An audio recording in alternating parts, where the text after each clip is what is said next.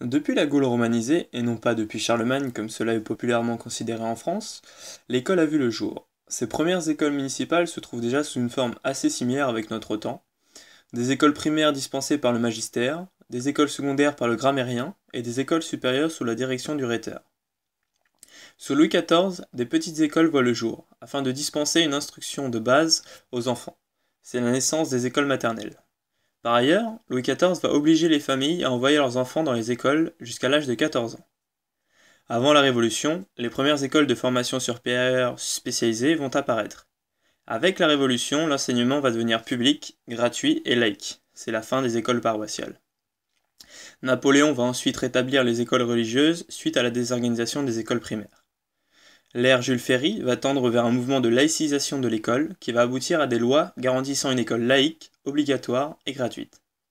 Vont notamment suivre de nombreuses réformes sur les universités, sur le niveau de formation, de nouvelles pédagogies et enfin sur l'émergence d'une école mixte.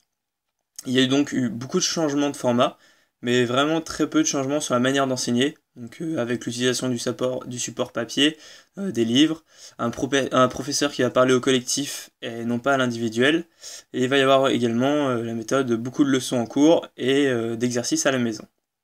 Cependant, ce modèle est en train d'évoluer, notamment avec la prise de conscience suite à la chute dans le classement du niveau scolaire mondial, ou classement PISA. La France régresse régulièrement dans ce classement.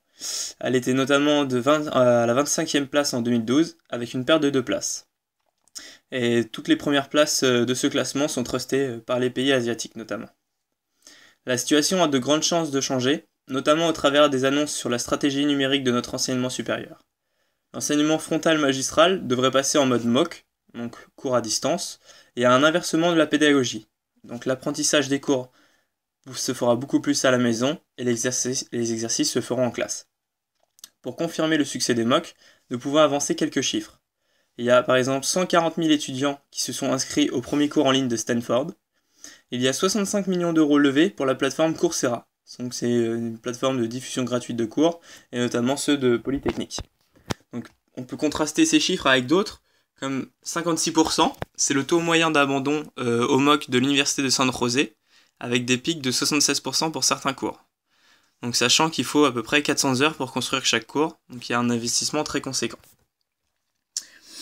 Ce qui va quand même permettre le changement, c'est que les nouvelles générations Y, et davantage encore la Z, ont évolué, ont été émergées très tôt à l'ère du tout numérique. Donc le changement du modèle éducatif n'entraînera pas beaucoup de levée de boucliers de par ces générations. Bien au contraire, ces jeunes passent déjà plus de temps devant leurs écrans, environ 1500 heures par an, qu'à l'école, de 900 à 1200 heures.